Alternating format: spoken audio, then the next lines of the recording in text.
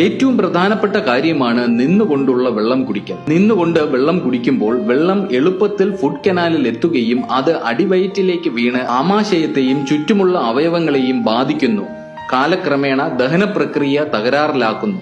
വൃക്കയിൽ filtration ഭംഗിയായി നടക്കാത്തത് കൊണ്ട് വൃക്കയെയും ബാധിക്കുന്നു. ശരീരഭാഗങ്ങളിൽ തുല്യമായി വെള്ളം എത്താത്തതിനാൽ സന്ധിവാതത്തിനും കാരണമാകുന്നു. ഒറ്റ ശ്വാസത്തിലുള്ള വെള്ളം കുടി. വെള്ളം ഒറ്റ വലിക്ക് ഒറ്റ ശ്വാസത്തിൽ കുടിക്കുന്നത് നല്ലതല്ല. പകരം ഇടവേള കൊടുത്തുകൊണ്ട് 2-3 തവണയായി കുടിക്കാൻ ശ്രമിക്കുക. രാവിലെ എഴുന്നേറ്റ ഉടൻ വെള്ളം കുടിക്കുക.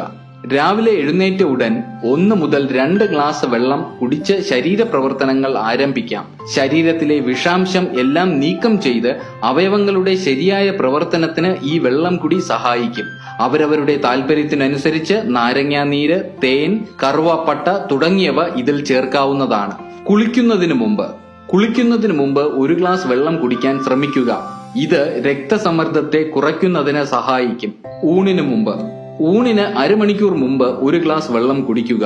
ഇത് ഭാരം കുറയ്ക്കാൻ മാത്രമല്ല വിശപ്പിനെ ശമിപ്പിക്കാനും സഹായകമാണ്. ഊണു സമയത്ത് അധികം കഴിക്കാതെ ഉള്ളിലെത്തുന്ന ആഹാരത്തെ സ്വീകരിക്കാൻ വയറിനെ സജ്ജമാക്കുകയും ചെയ്യും.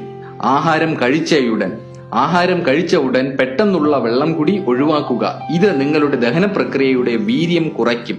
ഊണിനൊപ്പമുള്ള വെള്ളം കുടിയും ഒഴിവാക്കുക. വെള്ളത്തിന് പകരമായി തൈര്, റൈത്ത, ബട്ടർ മിൽക്ക് എന്നിവ ഉപയോഗിക്കാം. ഇവ ശരീരത്തിന് കുളിർമ നൽകും. ക്ഷീണാവസ്ഥയിൽ തലച്ചോറിന് ഉണർവേകാൻ. തലച്ചോറിന്റെ പ്രവർത്തനം 75% നടക്കുന്നത് വെള്ളത്താലാണ്. ഇവ തടസ്സം കൂടാതെ നടക്കണമെങ്കിൽ വെള്ളം കുടിക്കേണ്ടത് അത്യാവശ്യമാണ്.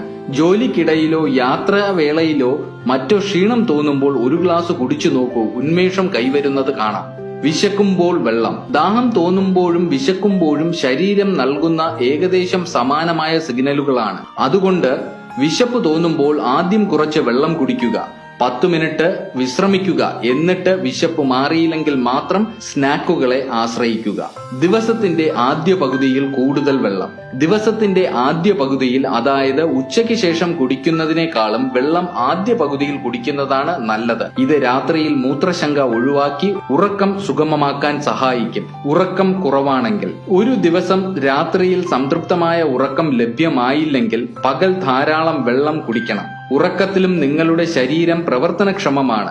അത് ശരിയായ രീതിയിലും സുഗമമായി നടക്കുന്നതിനും ആവശ്യമായ വെള്ളം ശരീരത്തില് ഉണ്ടാകണം. വ്യായാമത്തിന് മുമ്പും ശേഷവും. വ്യായാമം ചെയ്യാൻ തുടങ്ങുന്നതിന് മുൻപും വ്യായാമത്തിനു ശേഷവും ധാരാളം വെള്ളം കുടിക്കേണ്ടതാണ്. മസിലുകളെ ഊർജ്ജസ്വലമാക്കാൻ വെള്ളം അത്യാവശ്യ ഘടകമാണ്. ഇത് ക്ഷീണമകറ്റി ഊർജ്ജസ്വലത കൈവരുത്താൻ സഹായിക്കും. വെള്ളം കുടിക്കുന്ന രീതികളുടെ പ്രാധാന്യം മനസ്സിലാക്കി ഈ വിലപ്പെട്ട അറിവ് നിങ്ങളുടെ സുഹൃത്തുക്കൾക്കും പ്രയോജനം